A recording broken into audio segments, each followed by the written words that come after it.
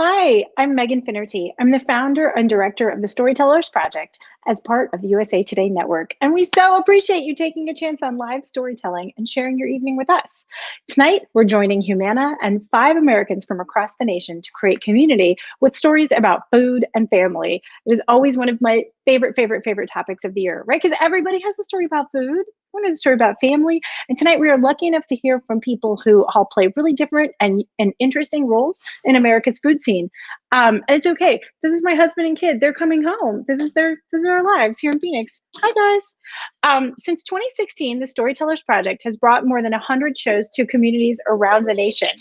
But we've canceled our in-person season, as you guys can see, as part of our response to the coronavirus. So we know it feels unsafe to be together in theaters. It feels really necessary to be together online. Like my family was just at my in-laws' house because they helped us babysit for my 1-year-old. So keeping it very real on live TV.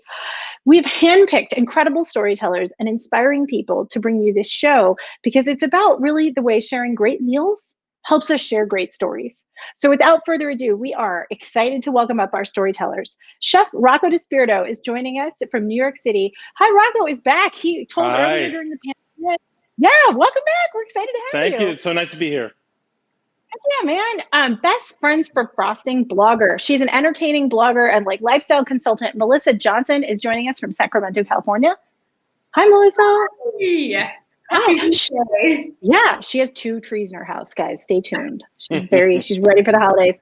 Philadelphia Inquirer food editor and member of the James Beard Foundation's board. She's the chairwoman, right, of the journalism component, Jamila Robinson. Hi. Jamila. Hi, Hi. I know. Jamila. Hi. See you. It's so good to be here. Thank you for coming. Arizona Republic reporter Lorraine Longhi is joining us from Phoenix. Hi, Lorraine. Hi, everyone. Hi, Lorraine. We're excited to have her. She's actually told before in person here in Phoenix. And we also want to say we are excited. She'll be leaving the Arizona Republic soon, but she is staying a reporter. So we're excited to have her still join us today and share her story. And rounding out our show is food writer and former television presenter Majida Rashid of Houston, Texas. Thanks for being here with us. Thank you for Hi, the Majida. invite. Hi, everyone. Awesome. Thanks, everyone. You guys know, if you've seen our shows before, or even if you're tuning in for the first time right now, tonight is not a TED Talk. It's not Toastmasters. It's not a how-to or an inspirational speech. It's not an educational lecture or a slideshow. It's storytelling. And storytelling is really about visiting. You open your heart, you get curious about a stranger, and you want to receive them, right? Like that's how community connecting really happens, even over the internet when we look into our tiny cameras. Some of these stories are going to be polished and professional. Some are going to be casual and conversational. We have not coached these people on how to be themselves. Instead, we've just coached them to make sure there's a beginning, a middle, and an end. We ask you to enjoy them, like sit back, kind of like see how you can relate to everybody. We hope stories about food and family inspire you to think about your own family and some of your favorite meals. Without further ado, I'm welcoming up our first storyteller. Rocco DiSpirito is here to tell us a story about one of his favorite people and a favorite memory. Take it away, Rocco. Thank you so much, Megan. Thank you, everybody, for being here. Everything I needed to know about food and family, I learned from my mom. This is first 18 months, maybe 3 years. I learned everything there is to know. My mom was considered a saint. I thought of her as a saint, but she was also a liar. She lied a lot. She lied consistently about 3 things. Her name. If you asked her what her name was, she would tell you Mama, regardless of who you were, where you came from, whether you were a relative, a friend, a stranger. She was Mama to everyone. And that's how she liked it. She wanted to be everyone's Mama. And this is from my earliest memories to her last days. This is how she wanted to be called. And that's what she wanted to be known for. She also lied about her age. Silly, right? She'd always respond to the question, "How old are you?" with, "I'm a 21 plus." Wink, wink, cute, cute. Right? That's cute and harmless, right? No big deal there. And the biggest lie that she told was about her means. We were not well off. We grew up in a what would be considered a lower middle class neighborhood. You know, lots of cultures clashing on my block and the blocks around us. It was the 70s in New York City, in Jamaica, Queens. Look it up if you have to. The center of many, many wonderful things, but also the center of the crack epidemic and other things that weren't so wonderful. So challenging place to grow up. My mom seemed oblivious to all of it, though. She just lived her life as if everyone was as good as she was, and she gave everyone the benefit of the doubt. And the way she lied about her means was so infuriating to me and so embarrassing. The way she perpetrated this lie was to hand out food to everyone she met. And I mean, hand out literally from her hands to your hands to their hands. She would open her purse in the subway, on a bus, walking down the street, waiting for a bus, at the library, at the school. She would open her purse and take out a chunk of Parmigiano Reggiano cheese. I swear, this is not made up. She would take out a chunk of cheese, really unusual stuff, right? And she would hand it to people, and she'd make friends for life with just about everybody. I mean, who doesn't want a hunk of Parmigiano Reggiano cheese, right? And this is a time where most people didn't even know what that was. We all know what Parmigiano Reggiano is now, but back in the 70s, we all thought that came in a green can and looked like sawdust. But no, not for her. We always had the real thing, even though we couldn't afford to buy a gallon of milk sometimes. I wore hand-me-downs. The tuition at school was always late or bartered for. My mom would volunteer at the school and help them with their yard sales and their bingo, and we really scrambled a lot. She really was a hustler. She worked very hard to educate all three of her children and pay all the bills. But somehow she had enough Parmigiano Reggiano for the world. She made friends with people from all worlds with this hunk of Parmigiano Reggiano. But it really embarrassed me. I remember so well sitting next to her on a bus or subway and thinking to myself, I'm not a fan of this person or that person, or this person makes me feel afraid or a certain way. And, there are people that I had interactions with or may not have had interactions with. It's just how my worldview was forming at the time, and it's unfortunate. But she broke through all barriers with her incredible personality, her charm, and her hunk of Parmigiano Reggiano. Now, I at some point forced her to stop doing this, or so I thought. I forced her to stop doing it in front of me, at least. But like I told you, my mom was a liar, and she lied a lot. And this is something she lied about for her whole life. Let me tell you now about my school. I went to school at a Catholic school called Presentation of the Blessed Virgin Mary. I wore a maroon jacket, brown tie, brown pants, a white dress shirt, and I had to walk to school every day from 148th Street, 90th Avenue, down 2 blocks to Kings Park, past the methadone clinic, past Mary Immaculate Hospital, onto Parsons Boulevard, named after the parson of the church to whom my school belonged, past our church and into our schoolyard. Now, I know that sounds like a lot of innocent places, but trust me, there was nothing innocent about those places at that time. Each had its own set of obstacles. I had a strategy for each block, every step along the way to make sure I got to school safely. And I always had escape routes planned. And I was terrorized by this walk to school and this walk home. We did it by ourselves back then. My mom worked. My brother, who was closest in age, was 4 years older than me, so he was already in high school for most of that. And this was a tough slog, getting to school and getting home. At school, we learned the traditional parochial school curriculum. Lots of going to church, lots of saying prayers. I was an altar boy. If my maroon jacket didn't make me a target, my altar boy outfit certainly did. And I had a bully.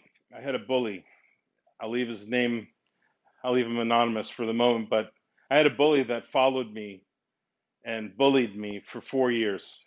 He transferred from another school in 4th grade, and he remained at my school until 8th grade. And for those 4 years, he terrorized me, frightened me. He was the source of many nightmares. My friends couldn't understand how I could be under the thumb of this bully. I was bigger than him. I weighed more than him. I was much taller than him. By all measures, I shouldn't have been afraid of him, but he, got under my skin. He scared me early and first, and it stuck for 4 years. And I worked through it all these years, and I managed to do well in school and get into a very competitive high school. And I think all this started to bother him at the end of the school year in 8th grade when we were all going to leave and go to the next phase of our lives, which for me was high school. I think he was thinking about joining the military. I'm not sure that he got into the school he wanted to, but anyway, he one day decided to escalate his bullying, and he decided that he was going to follow me home. You know that path I told you about? It's the same path, but just in reverse. So he's going to follow me home down Parsons Boulevard, by Mary Immaculate Hospital, through Kings Park, the big field, the playground, the basketball court, the baseball diamond, out the other set of gates, which was onto 90th Avenue where I lived, past the methadone clinic, all the way to my home. I could see him behind me the whole way home.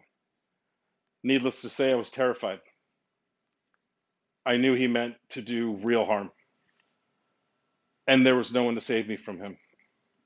I got all the way to my block, my actual block, the block my house was on. And as I got closer to my home, he got closer to me.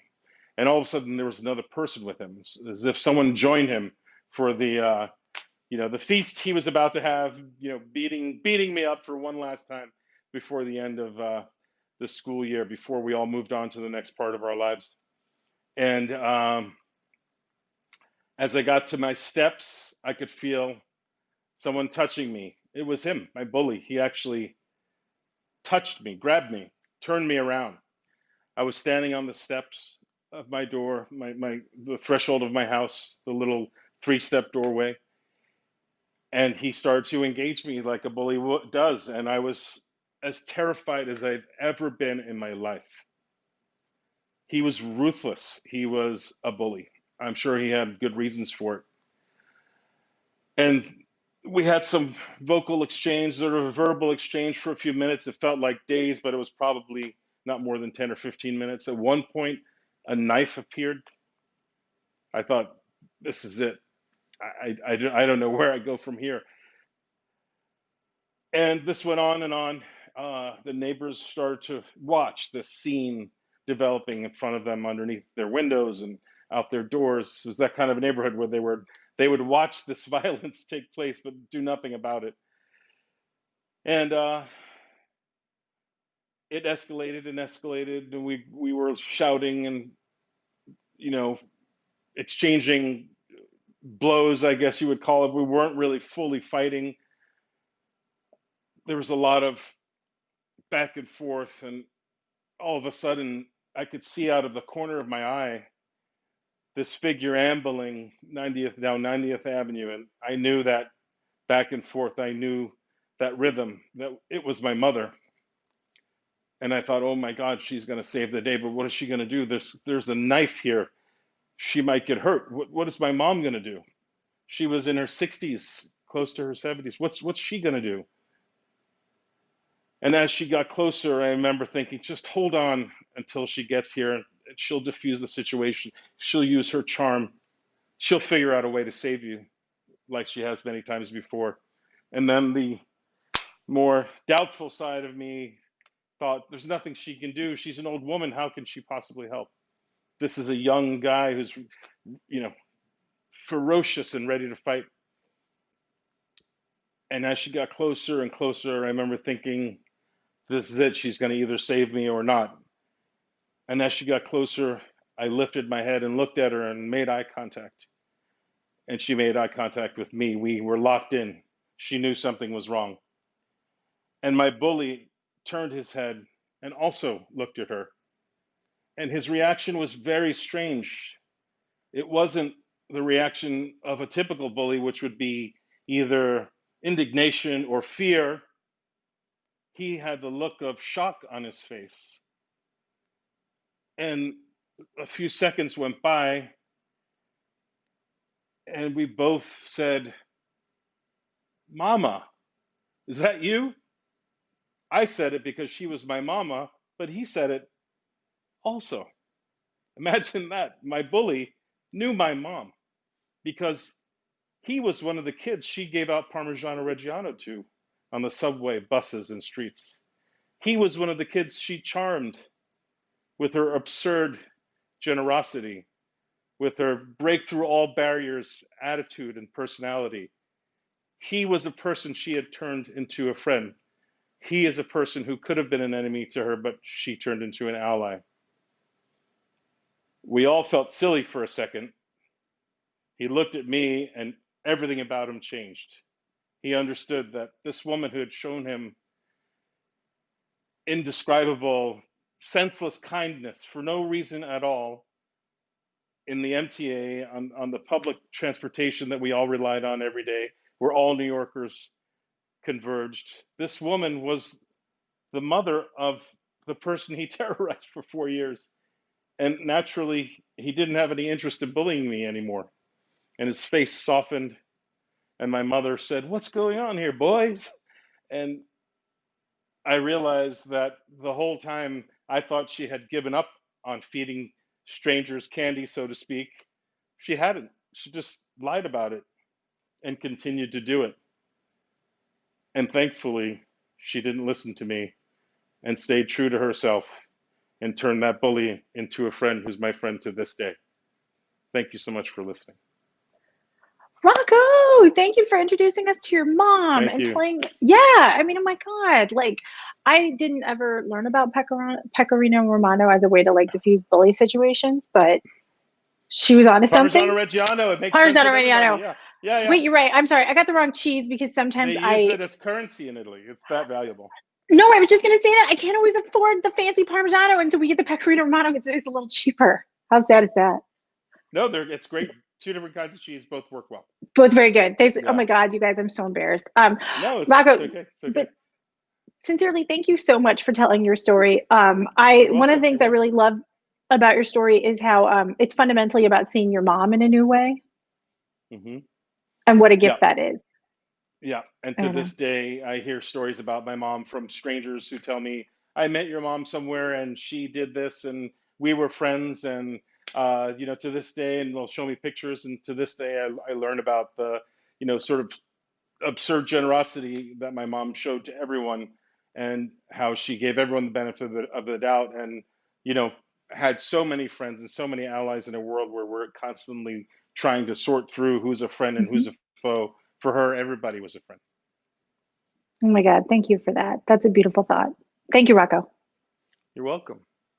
So, one thing I also love about Rocco's story is that idea of how much he appreciates all the people who've told him about his mom. And it's something we're always talking about here at the Storytellers Project, is that when we tell stories about people we care about, when we share those stories with others, those stories are a gift to the people who hear them. And so one of the things Rocco mentioned just now is that like every memory a person told him about his mom, that's a memory he wouldn't have had otherwise. So I hope as you're listening to tonight's stories and you're thinking about the food and the family and the people you love, remember, like, pick up the phone, tell these stories to the people around you. They matter. They live in our hearts. I'm always so grateful for stories people tell me about my family because I can't be there for everything. We don't live in the same town. I love hearing about them. So Rocco, thank you for modeling that behavior, sharing that story, telling us about your mom.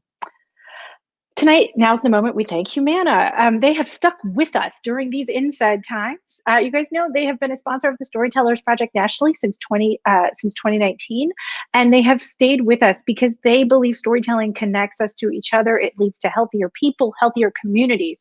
They know that we need these connections now more than ever, truly. As the coronavirus continues to move through our communities and create change, Humana is committed to the health and safety and well-being of the people and the communities it serves. And they really do mean it. If you want to learn more about their commitment and tons of tips about how to stay socially connected and emotionally in touch with the people you care about, you can visit humana.com for more about what they're doing every day to connect you to better health, whether it's about the coronavirus or just about like best practices to stay connected to one another. They really do have a lot of resources. Thank you, Humana, for supporting the Storytellers Project and enabling us to bring these stories to life. I am incredibly excited to bring up our next storyteller. Jamila Robinson is a former member of the Storytellers Project here at Gannett, but she has moved on to bigger and better and other and more magical things. So it is with great joy that we welcome her back, because she was once one of the people who helped share these stories with others. And now it's a great blessing to have you share your story with America tonight, Jamila. Oh, it's so great to be here. Thank you, Megan. I'm so excited. I want to tell you a little story about my mother. As a food editor, people are always asking me, what I really like to eat, and I usually say lemon tarts. But if they ask me what I like to drink, I usually tell them coffee. Coffee is just one of my favorite things. I love the flavor, the nuttiness. I like it in that flavor as ice cream. I like it with cake. It's how I start my day. I love it so much, I can even make a pot of coffee and go right to sleep. I just find it comforting and satisfying. And even when I'm making things like donuts, that's the thing I want to pipe into it, is something that tastes like coffee. I've been drinking coffee probably since I was a preschooler. I know you aren't supposed to give little kids coffee, but my mother always gave me coffee. She would give me little sips from her coffee, usually around nap time. And nap time was right before her soap operas. She watched Love in the Afternoon, and that was the suite of soap operas. That was All My Children, One Life to Live, and General Hospital. And she would usually make a pot of coffee, not a pot, it's actually just instant coffee.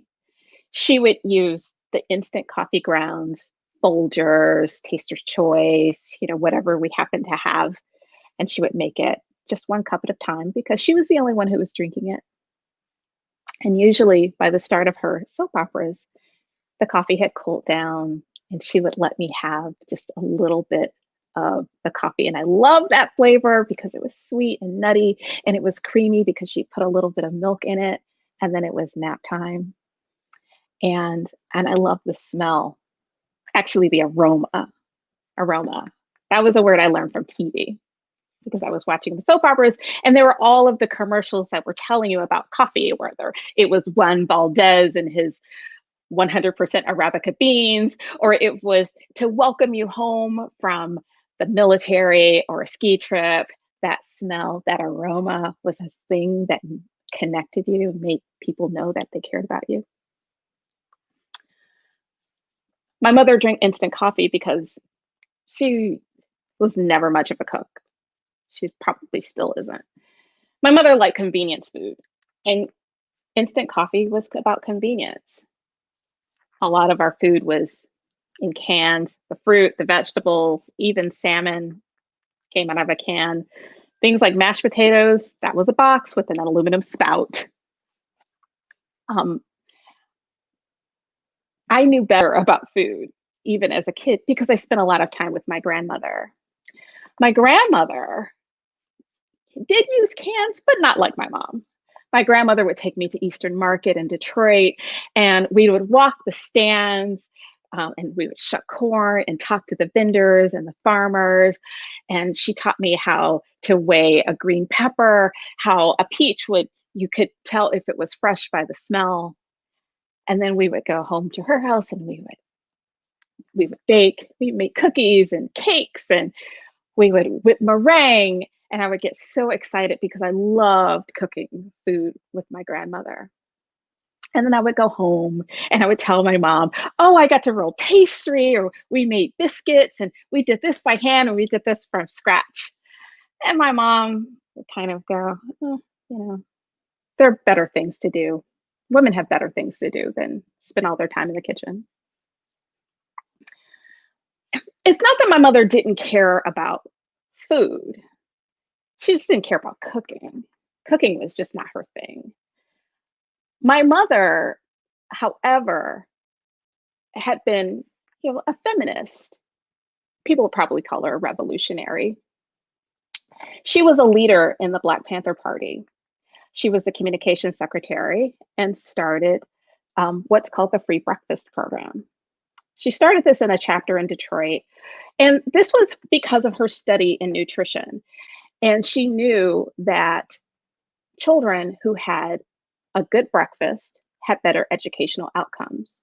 And this was one of the many programs that the Black Panther Party started. And my mother was part of the vanguard. She was a woman, she was a feminist, but in the Black Panther Party, gender roles were eschewed. And the women did a lot of the work. They ran the newspaper and the programming, the fundraising, and my mother ran the free breakfast program. She didn't cook for the program she started. A lot of the men did that. But what she wanted was for other children who weren't as fortunate as we were to have the same kind of breakfast that we had, which were the ones like on television, which were balanced. So she cared about food in her own way. So when I would come home and tell her how much fun I had in the kitchen, she probably wasn't that excited about it, but what she would do is she would leave me to my devices. She would let me go into the kitchen with a box of Jiffy cake mix, an egg, some milk, and the electric blender, and she would just leave me to my devices. And I would whip up the mix and bake little cakes in my easy bake oven, burn my fingers on the 100-watt light bulb. And even though she wasn't that excited about it, what it taught me was a kind of independence and what being in the kitchen can do. I didn't see it as drudgery. I saw being in the kitchen as an extraordinary amount of fun and discovery and solitude. I knew that if I wanted food to taste the way that my grandmother made it, and not out of a can and doused in salt, that I needed to learn how to make it myself. And that kind of discovery also brought along quite a bit of creativity. So I would make cakes for my dolls and my Barbies, and then pretend to make them a little pots of coffee. When I was 5, I was homesick from school. And I was sick a lot as a kid, and I kind of had a weak stomach. And I was tucked in my bed, and my mother came into my room and asked me what I wanted to have. And I told her coffee. And so she went to the kitchen, and I could hear her start the water. And then there was a point where I could smell the aroma from the coffee. And I could tell that she had mixed it with I could tell that she had mixed it. And I could smell it wafting into my room. And so when she appeared at my door, I was so excited. She had put her we didn't have one of those breakfast trays like they had on television, but she did put the coffee in her best olive clear coffee cup, and it was on a saucer with a little spoon. And the thing I was most excited about was that the coffee cup was full. It was filled to the rim like brim. You see, I had never had my own cup of coffee. I had only had little sips from her cup, a teaspoon, a tablespoon, a here or there. But here was a whole cup of coffee that was just for me, unlike the ones in my little porcelain teacups. This was the real thing, and I was so excited. And she approached me. And I started to imagine all of the commercials that I had seen, the ones where people were putting their hands around a coffee cup, and there was always some blonde woman who was talking about how good this coffee smelled. And I remembered exactly what I was supposed to do. So I reached out and I started to put my hands around the coffee, and it was hot. It was so hot that I pushed it back at my mother, and this startled her. She flinched, and the coffee went up into the air and over my shoulder, my chest, and my back, scalding down to the bone. My shoulders started to ooze. And I was so upset, not because of the burn, but because I was not going to have this cup of coffee that I was so excited about. My mother called my grandmother before she called 911. My grandmother was a social worker, so she wanted to be sure she could tell the doctors exactly what she needed to tell them, because why would a parent be giving a little kid coffee? We went to St. John Hospital in Detroit, to the burn unit, and the doctors fixed my shoulder, and they had me cocooned in bandages. And all I could think about was that cup of coffee. I went home and I was out of school for another couple of days as my shoulder began to heal, and my aunts came to visit, and I had tomato soup out of a can. But my mother still asked me what I wanted, and I wanted coffee. So once again, she made me a cup of coffee. She cooled it down with some milk, put a little sugar in it, and presented it to me. And that was my satisfying and comforting thing. Now, you would think that an injury so severe would make me not be interested in coffee. But it was like any other childhood injury, where if you fell down the stairs or you break a limb, you get back up on the bike. And I got right back into my interest and love of coffee. And it was the thing that my mother knew that satisfied me and made me comfortable. And she made sure that I had it. I still love a pot of coffee. French press now, maybe not the instant stuff. I'm not going to see my mother this Thanksgiving. But whenever I do go home to Detroit, my mother will always ask me what I want. And she will always ask me if I want coffee. And the answer is always yes. And she always makes me a cup of coffee, puts it on a saucer with a spoon next to it. She puts a little bit of milk, just a little bit of sugar. And it's always satisfying and always good to the last drop. And it's still my favorite thing. Thank you. Jamila, thank you so much. Thank you so much for your story. Tell us your mom's name. My mother's name is Gwendolyn Okay. Robinson, and she lives in Detroit. Hello, folks in Detroit at the Freak from the USA Today Network. That's Miss you. right. Well, it is a joy to hear about your mom, who Jamila told us she does call her mom Gwendolyn. So, hi Gwendolyn. Thanks for being part of our night tonight. Jamila, thanks for your story. Thank you. Thanks, everybody. Well, now you guys know, Jamila brings information, ideas, and connections about food to all of the people who are in her sort of publication region. And as a member of the Beard Foundation's board, she also helps to ensure great, incredible, high quality food and cooking related journalism happens around the country. So we are grateful for Jamila to be on our show tonight, but we're also grateful for how she connects people with food all the time as part of her regular life. With that, I'm excited to bring up a person who definitely creates a ton of connections. Melissa is here. You guys might know her if you're a person who loves to entertain, who's one of those people who's like, how could I make something more special? If you've ever thought that about an everyday, you might have ended up on Melissa's blog, Best Friends for Frosting. She's here to tell us a story about a time she made an event extra special for her family. Take it away. Hello! Oh my goodness, at all times my kids barge on in the room, but just like you, Megan, this is real life. Love you too. I was not expecting this. Oh, I'm so happy to see you too. Hello from Sacramento, California. I want to share with you guys a very special story to me. Now, I'm the kind of girl that has lived in the same zip code my entire life, basically. I know some people, they have these extravagant stories where they're like, oh my gosh, I've been to New York and LA. I've lived basically in the same zip code. So going along with living in the same zip code goes along with frequenting the same stores. So I shopped at the same grocery store my whole life, and believe it or not, the same Target. Target was about a 2-minute drive from my house, and I could walk there in 5 minutes. So going along with, honey, can you grab the kids, please? Mom, I'm sorry. I love you so much. I know.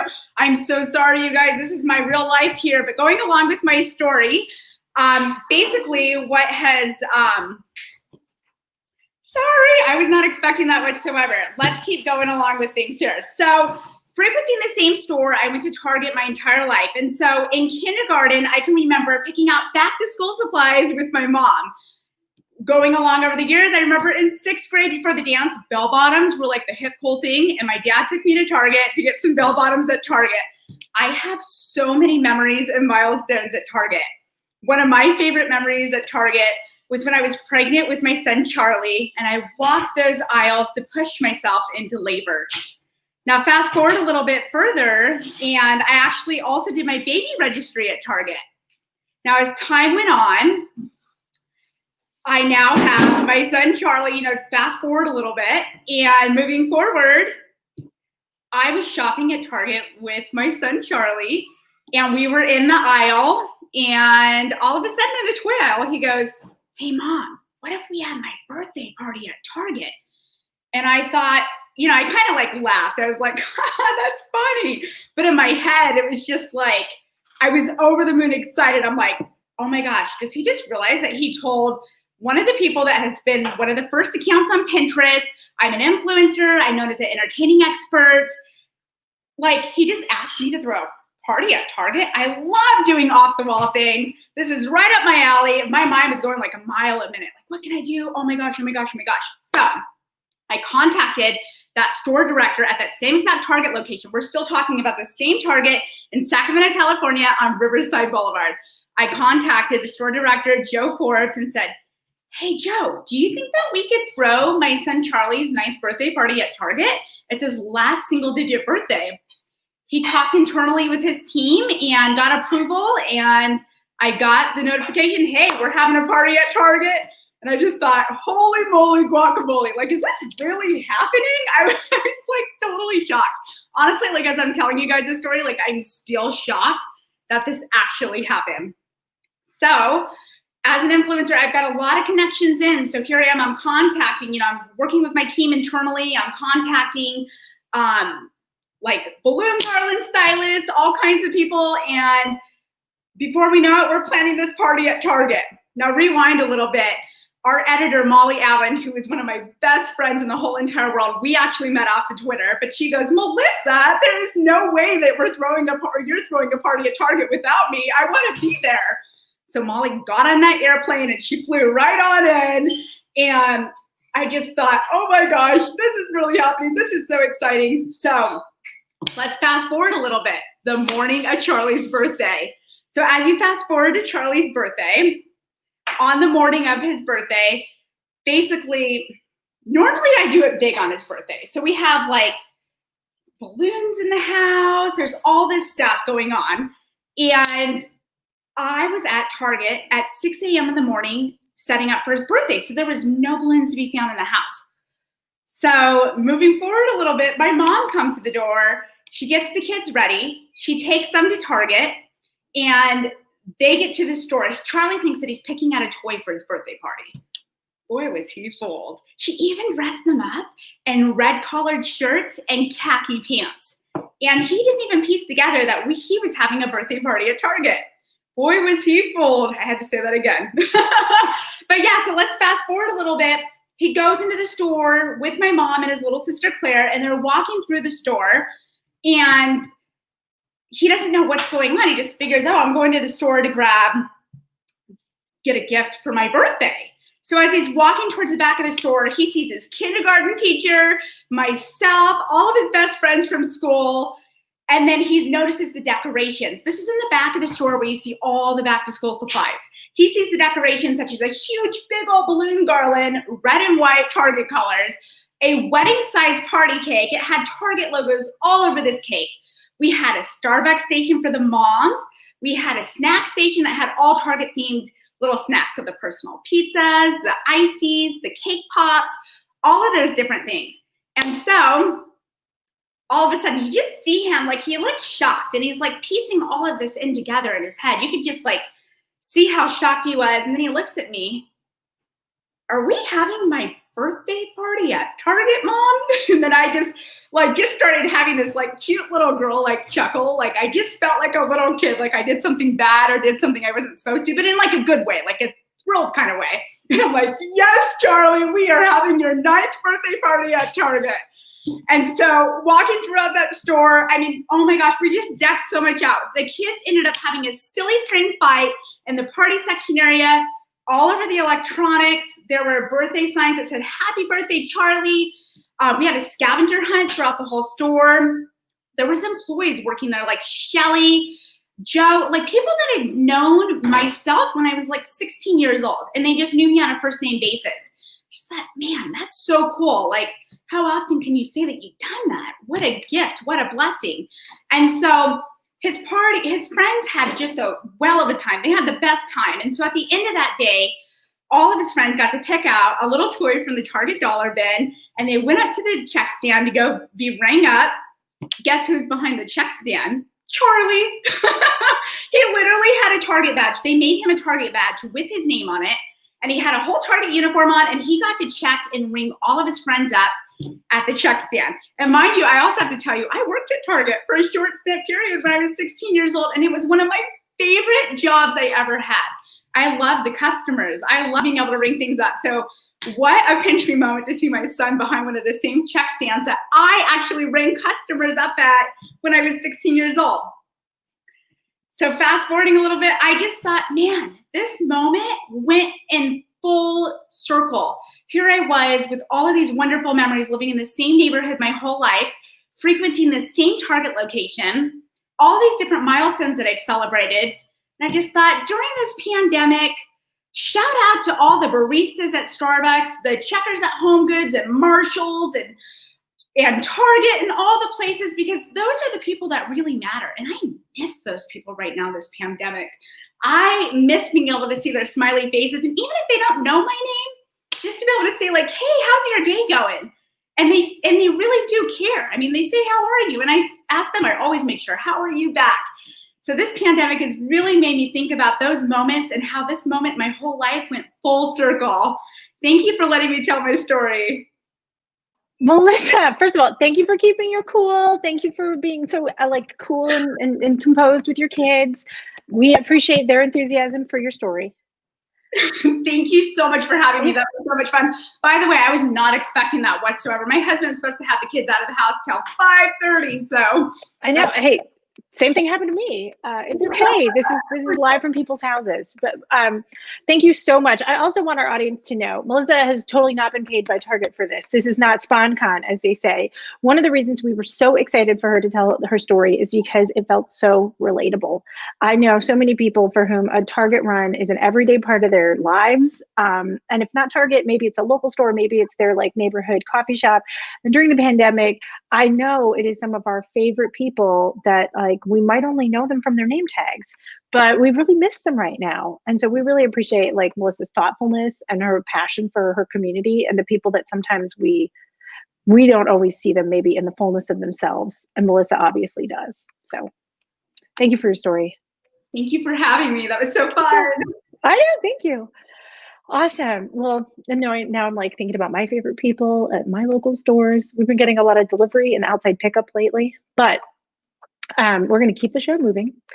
I am so happy to bring up Lorraine Longhi. She's told this story before in the Outside Times as part of the Arizona Republic's Arizona Storytellers project. So I want to give our colleagues there at that newspaper a little shout out and say, first of all, thanks for helping to coach Lorraine. Also, Lorraine, thank you for serving our community with your beautiful journalism. We are excited to still read you. But Lorraine's story is about her family. And so I'm going to let her take it away. Thank you so much, Megan. So I know for a lot of people, some of the best memories around food and family happen during the holidays. My story tonight is about a holiday that doesn't come for about a month after Christmas, but which in my family is just as important as Christmas, if not more so. I am a Taiwanese American, so my mother is originally from Taiwan and my dad is from New York. He was adopted and raised by a huge family of Italian Americans. So growing up, I always really identified with the idea of America being a blended society because my family perfectly matches the definition of what it is to be a melting pot. Now, growing up, I always felt like I had the best of both worlds. especially when it came to food. Every week, my dad would make his homemade marinara sauce with spaghetti and meatballs and Italian sausages. And on the flip side, my mom would make all of our favorite Chinese dishes. Things like mapo tofu, which is a spicy chili pepper tofu dish, or Tong Bing, which is a popular fried scallion pancake, Sharan Taodan, a shrimp and scrambled egg dish. Now, I think I realized early on that the rest of the world didn't necessarily always see me as Asian. That part of my culture is not something I think that's readily apparent on my face, and it's not something that a lot of people assumed of me until it came time to eat. So a lot of times, in lieu of the traditional American lunches, my mom would pack the aforementioned Chinese foods for me to take to school. Now, something you all should know about Chinese food is that a lot of times dishes are named for what they physically resemble on the plate. So while I was at the 6th grade lunch table, seeing my friends pull out their peanut butter and jelly sandwiches, I would open my lunchbox to a ground pork and cellophane noodle dish whose Chinese name literally translates to ants crawling over a tree. I got a lot of interesting reactions when I would open up my lunchbox. Some of my friends were really curious about what I was eating. Some of them thought it was funny. But some kids too, I think, were a little disturbed by the things that I would bring to school for lunch. And looking back, I think that's the first time I realized maybe not everybody understood my culture or were made a little bit uncomfortable by it. So while everyone was throwing their cookies and chips into the middle of the lunch table to share, I realized maybe I didn't always have to share, that my family's food and traditions could be kept a little closer to the chest. Now, Christmases in my family were just a blessing to me. Some years we would go back home to New York to my grandparents' house for a traditional snowy Christmas. And it was just an embarrassment of riches of Italian food, pastas, breads, cheesecakes, these homemade pizzelle cookies that my grandmother used to sprinkle powdered sugar on top of to mimic the snow falling outside. But other years, when we weren't traveling for Christmas and my parents didn't feel like cooking, we would turn to another beacon of light and comfort in our local neighborhood, the all-you-can-eat Chinese buffet. So nowadays, it feels like everyone understands the comfort and convenience of Chinese food. But when I was in junior high and high school, and I would come back from winter break and tell my friends and teachers that I hadn't gone to visit family for Christmas, that my parents hadn't cooked, that instead we had spent Christmas at the China Super Buffet, I would get a lot of these same strange looks.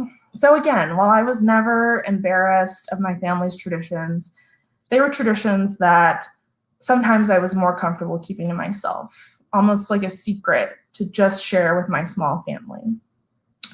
Now, the story I'm telling tonight takes place during Chinese New Year in 2011. For those of you who don't know a lot about Chinese New Year or don't celebrate it, it is a huge deal in Asian cultures, not just Chinese culture. Much like American holidays, it's a time when people get time off to be able to travel back home and spend what's considered the most important meal of the year with their families. Now, Chinese New Year 2011 fell in February, and at the time I was a freshman at Arizona State University's Walter Cronkite School of Journalism.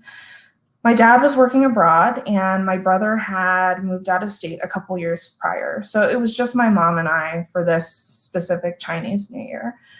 I was missing half of my family, but excited to celebrate Chinese New Year the way I always did with my mom, gathered around our dining room table, eating homemade hot pot. But this Chinese New Year was different. My mom had told me earlier that day that she had invited a coworker of hers to join us that year. My mom's coworker's name was Donna, and Donna's birthday just happened to fall on Chinese New Year that year. And my mom thought it'd be a great idea for Donna and her daughter to come over and celebrate with us. Then my mom told me, Donna's daughter actually goes to school with you. I had never heard the name my mom gave me, so I did what any 18-year-old budding journalist would do, which is to get on Facebook, stalk this girl, find out as much as I could about her. And on paper, I think Donna's daughter, who was named Selena, and I could not have been more different. I was a tall, awkward freshman in college with dark hair and glasses, still trying to figure out the transition from high school to college. Selena was a short, blonde-haired, blue-eyed senior. She had several internships under her belt at the time, and I had no internship experience. At the time, I think Selena was clocking in around 10,000 followers on Twitter, and I was topped out at about 70 followers on Twitter. And so, all of a sudden the realization started to dawn on me that this older, cooler senior girl was going to be coming into my house for Chinese New Year, and that potentially the walls that I had spent years putting up around my family and I's traditions and foods could come crashing down. So soon enough, Donna and Selena showed up for dinner, and Selena and I made the kind of awkward banter that you make when your mom introduces you to one of her friend's kids, only it was doubly compounded for me because Selena knew so much about my other life, my life at school. She asked me how my classes were going, if I was interested in any internships, the vision I had for my career. She was kind and amiable, but I couldn't shake this thought that I had in the back of my head of what was coming, that this older, cooler senior girl would soon be watching and judging me as my mom and I took fish balls and whole shrimp and threw them into a pot for her mom's birthday dinner. So the time came to eat, and something wonderful happened. Selena loved the food. Her mom loved the food. They didn't recoil or grimace at the squid or shellfish that my mom was pulling out and putting in front of them. They instead eagerly tried everything and were so enthusiastic about what a delicious meal it had been.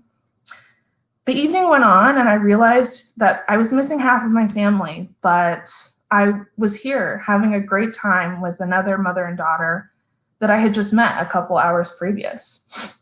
Soon, the conversation turned back to me and my career, and Selena told me that the magazine that she was an assistant editor for at the time was looking for interns this year. She asked if I'd be interested, and I was nervous, but excited at the opportunity to maybe get some real-world journalism experience.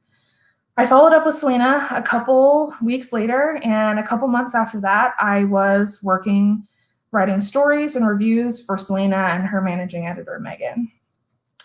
Selena and Megan would go on to be the first two real female mentors I had in journalism. Selena in particular taught me a lot of really valuable lessons: to be confident in my writing, but also to not say I'm sorry for things that were not my fault.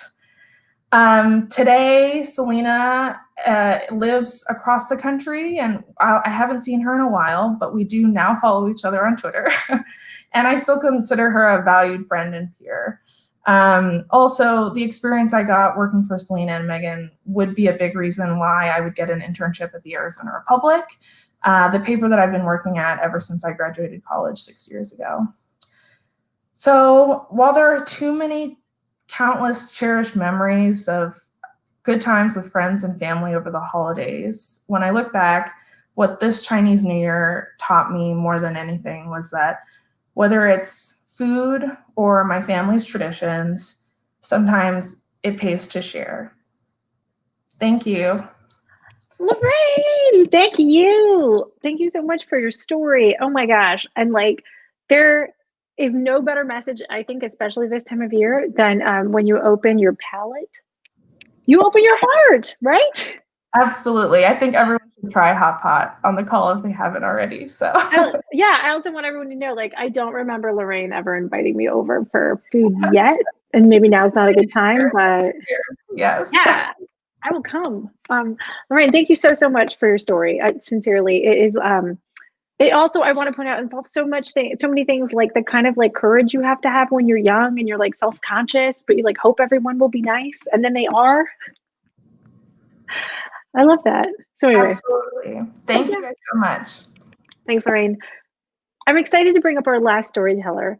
Majida is here telling us a story that spans decades, continents, but the one thing that moves through the whole story the whole time is her passion for food and the people she hopes to connect with through food.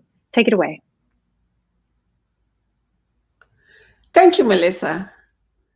This is God's world. One is born in one country, lives in another, and maybe dies in a different country. But it's important to know the people wherever we live and bring something good to them, said my mother, whom I called Ami. Ami was born in India. Her parents moved to Pakistan. Later, she came to America.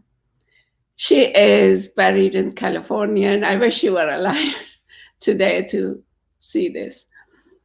As I sat down to write for this project, I realized for the first time how accompanying Ami on her trips to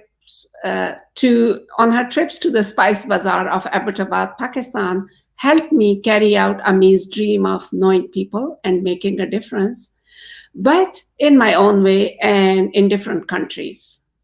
Ami was particular about spices. Ground spices were available, but she bought whole spices and washed and dried them in the sun. Then she would take them to the Spice Bazaar and interview numerous shopkeepers before they could grind them. One such occasion left a deep impression on me. Ami went from shop to shop asking men, "Do you have a chakki to grind turmeric roots only?" Chakki is a pair of round grindstones. The bottom one is shaped like a donut. The top is a solid disc with a dowel-like handle jutting upwards. Upon hearing no, Ami would walk away saying, "Turmeric ground on chakki, which is used for other spices, will adulterate its color and the resultant curry will not look nice like mine."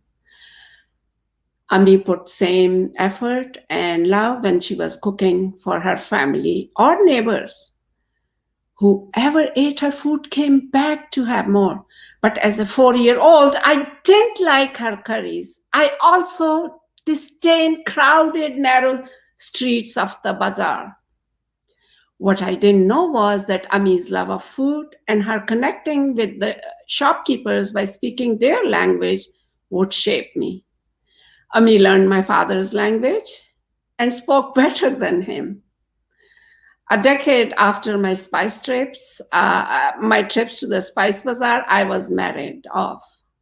My husband took jobs in Uganda, Iran, Saudi Arabia, Bahrain, and Botswana, and I accompanied him. I learned Farsi, Arabic, and Setswana as a way to connect with people and know the culture. One day I found myself in the Bazaar Wakil of Shiraz, Iran. A labyrinth of narrow streets veering off from the main entrance were like the tentacles of an octopus. Each street specialized in selling something, but my heart was in the Spice Bazaar. I couldn't peel myself away from velvety, smooth, cone-shaped peaks of yellow turmeric, black cumin, red chilies, brown cinnamon powder that jutted out of jute sacks, which were rolled down to form borders around them. I wanted to taste those spices. I fell in love with food. My Iranian landlady taught me Iranian cooking, including rice and tahdig. In the 80s, we moved to Bahrain, and I participated in 2 cooking programs, competitions. Yeah. One was organized by the Hilton Hotel and the newspaper Gulf Daily News. I thought my French fish starter, Pakistani chicken, Iranian rice, Italian dessert didn't stand a chance against beautiful dishes of other participants. The next day, Gulf Daily News carried a story with my photo. I was declared the best amateur chef of Bahrain. I was elated. Only now I think my Ami must have felt same joy when people praised her food. My prize was dinner for two. Oil producing Bahrain was also the banking hub of the Middle East. Their prices were generous. I ate fresh caviar flown directly from the Caspian Sea. Our dinner was about $300. The cake decorating competition was held by the poolside of Ramada Inn. It was open to professionals and amateurs alike. I bagged a set of diamonds and Bahraini pearls, necklace and earrings. I couldn't believe it. I was ecstatic. I was so filled with joy. Bahraini pearls are more expensive than diamonds because the art of harvesting pearls from the Arabian Gulf is extinct. As I was wrapping up my things, a chef approached me and said, I really liked your cooking, especially the cake, but it lacks professional touch. I told him how I had been looking for someone to teach me to bake professionally. I can train you, but I will have to ask my head chef, said Chef Frank. He gave me his work number and asked me to call him in 2 days. My prayers had been answered. A week later, I started several months long training in the 5-star pastry section and the main kitchen of the Diplomat Hotel. Afterwards, I produced and presented Let's Bake and Decorate and Adventures in Cooking, each consisting of 13 episodes. They were aired on English language channel 55. At the time, Bahrain had only an English channel and an Arabic one. I was the first one to have produced and presented those programs in Bahrain in the 1980s, much like Julia Childs of the 50s. Then I wrote food columns, travel, business, cultural articles in newspapers and magazines around the Gulf, and later in Botswana. In 1999, I came to Ithaca, upstate New York, to work on my cookbook. My children were studying there.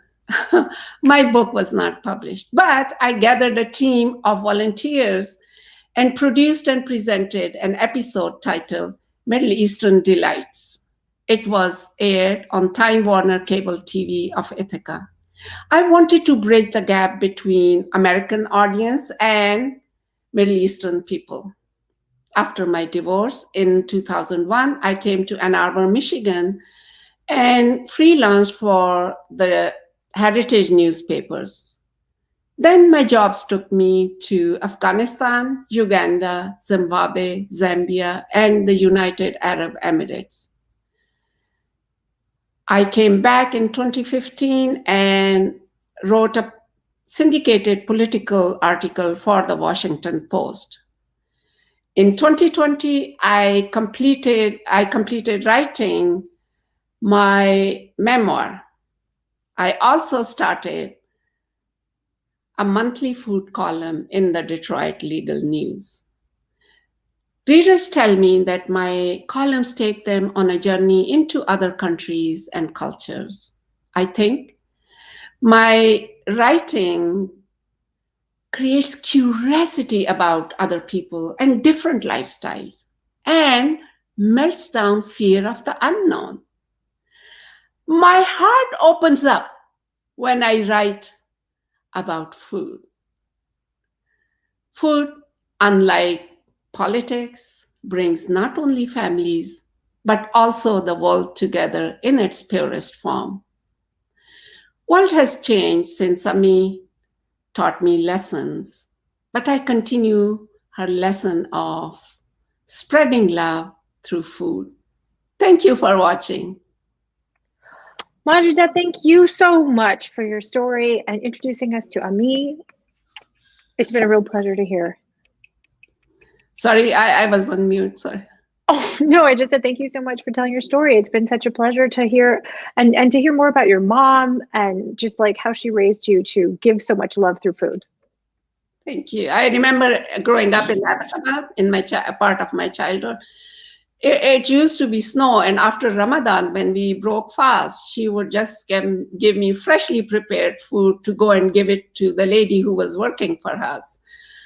And I didn't like it then, but I so appreciate. I wish she, yeah. I understand. Well, Majida, thank you for your story and your mom's lessons. I want to bring up all of our storytellers so we can say thank you to everyone for sharing their heart and their family with us. Thank you, Jamila and Melissa, Lorraine and Rocco. It is always a joy to host these shows. Thank you so much for being with us tonight.